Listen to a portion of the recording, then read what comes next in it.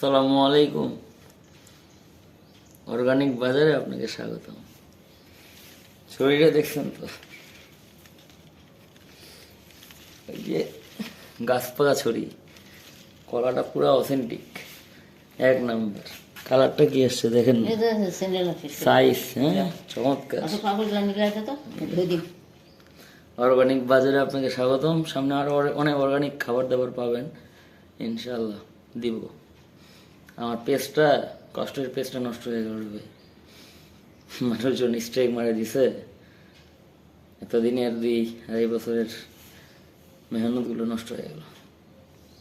হাতে নতুন একটা পেজ খুলতে হবে।